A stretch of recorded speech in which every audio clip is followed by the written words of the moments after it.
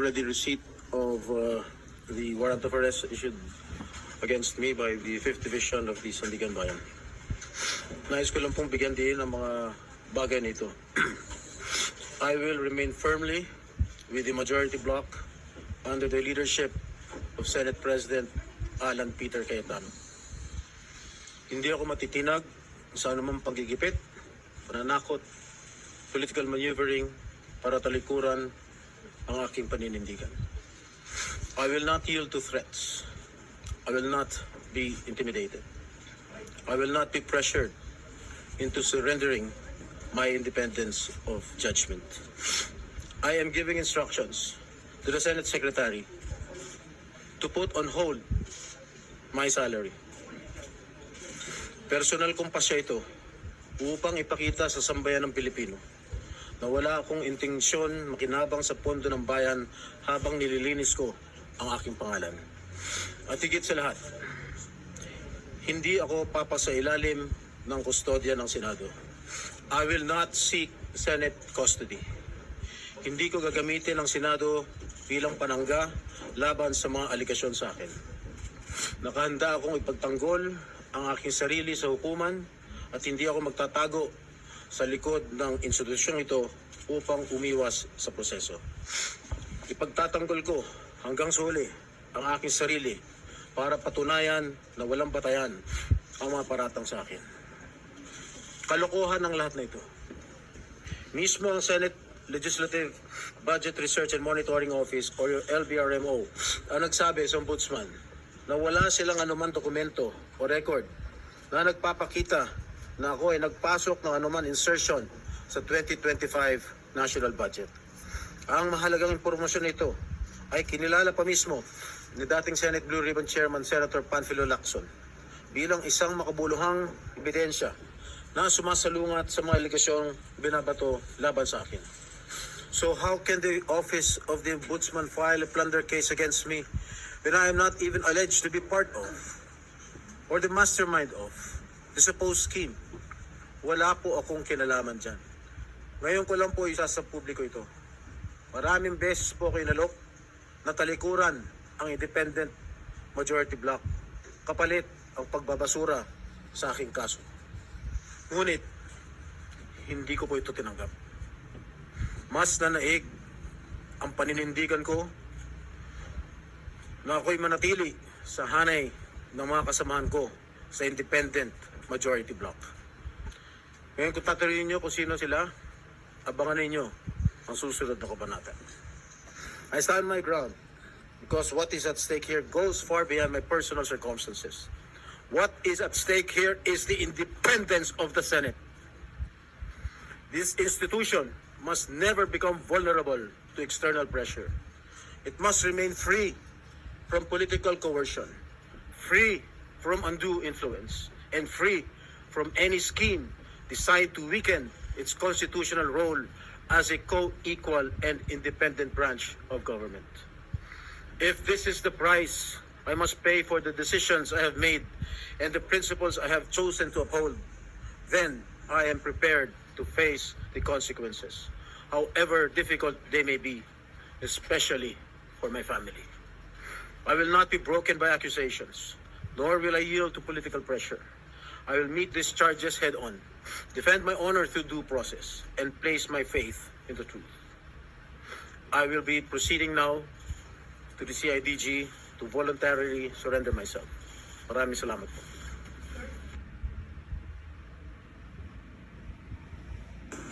I am already receipt of the warrant of arrest issued against me by the 5th Division of the Sandigan Bayan.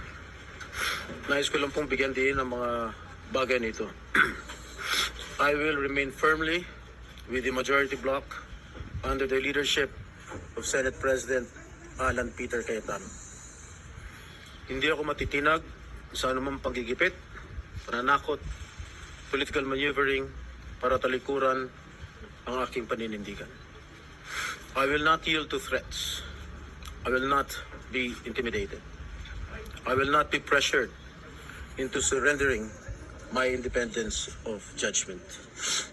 I am giving instructions to the Senate Secretary to put on hold my salary. Personal kong pasya ito upang ipakita sa sambayan ng Pilipino na wala akong intensyon makinabang sa pondo ng bayan habang nililinis ko ang aking pangalan. At higit sa lahat, hindi ako papasa ilalim ng kustodya ng Senado. I will not seek Senate custody. Hindi ko gagamitin ang Senado bilang panangga laban sa mga aligasyon sa akin. Nakahanda akong ipagtanggol ang aking sarili sa hukuman at hindi ako magtatago sa likod ng institusyong ito upang umiwas sa proseso. Ipagtatanggol ko hanggang sa huli ang aking sarili para patunayan na walang batayan ang mga paratang sa akin. Kalokohan ang lahat na ito.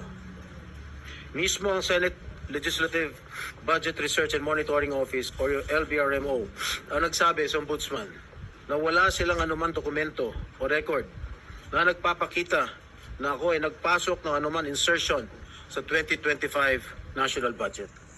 Ang mahalagang impormasyon nito ay kinilala pa mismo ni dating Senate Blue Ribbon Chairman Senator Panfilo Lacson bilang isang makabuluhang ebidensya na sumasalungat sa mga aligasyong binabato laban sa akin.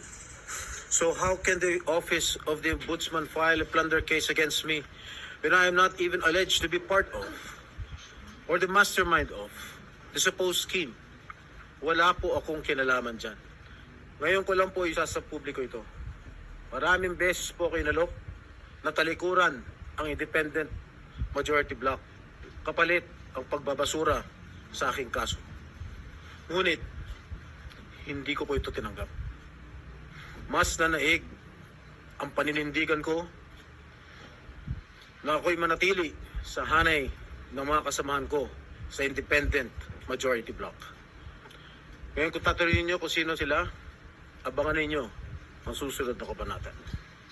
I stand my ground because what is at stake here goes far beyond my personal circumstances. What is at stake here is the independence of the Senate. This institution must never become vulnerable to external pressure.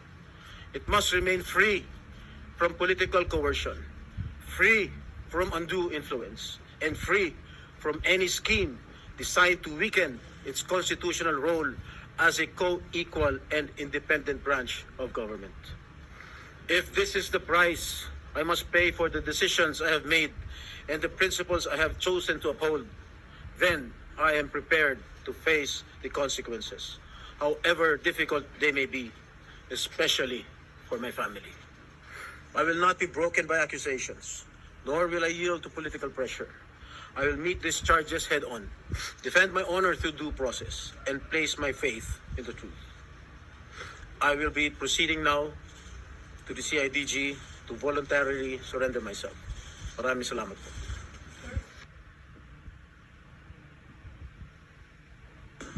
I'm already receipt of the warrant of arrest issued against me by the 5th Division of the Sandigan Bayan. Nais ko lang pong bigyan din ng mga bagay na ito. I will remain firmly with the majority bloc under the leadership of Senate President Alan Peter Cayetano. Hindi ako matitinag sa anumang panggigipit, pananakot, political maneuvering para talikuran ang aking paninindigan. I will not yield to threats.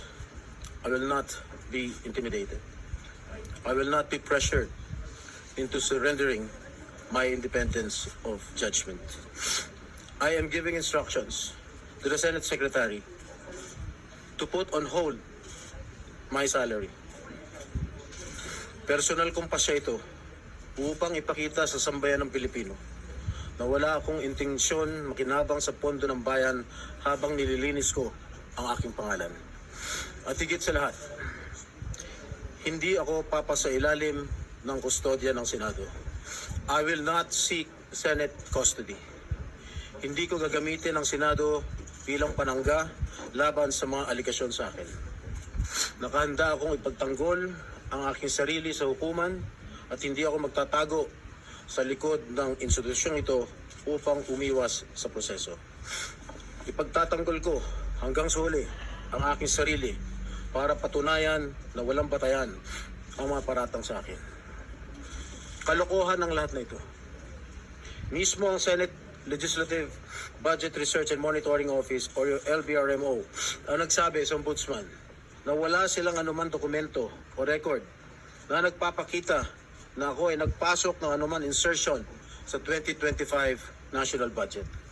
Ang mahalagang impormasyon na ito ay kinilala pa mismo ni dating Senate Blue Ribbon Chairman Senator Panfilo Lacson bilang isang makabuluhang ebidensya na sumasalungat sa mga aligasyong binabato laban sa akin.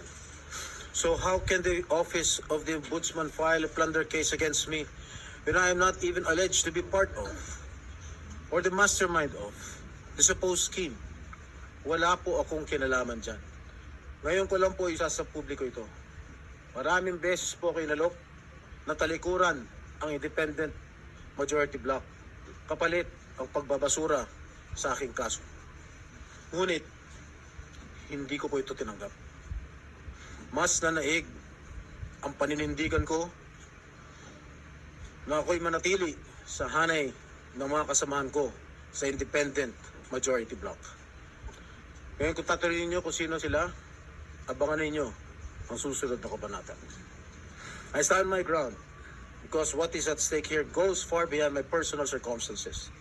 What is at stake here is the independence of the Senate. This institution must never become vulnerable to external pressure. It must remain free from political coercion, free from undue influence, and free from any scheme designed to weaken its constitutional role as a co-equal and independent branch of government. If this is the price I must pay for the decisions I have made and the principles I have chosen to uphold, then I am prepared to face the consequences, however difficult they may be, especially for my family. I will not be broken by accusations, nor will I yield to political pressure. I will meet these charges head on, defend my honor through due process, and place my faith in the truth. I will be proceeding now to the CIDG to voluntarily surrender myself.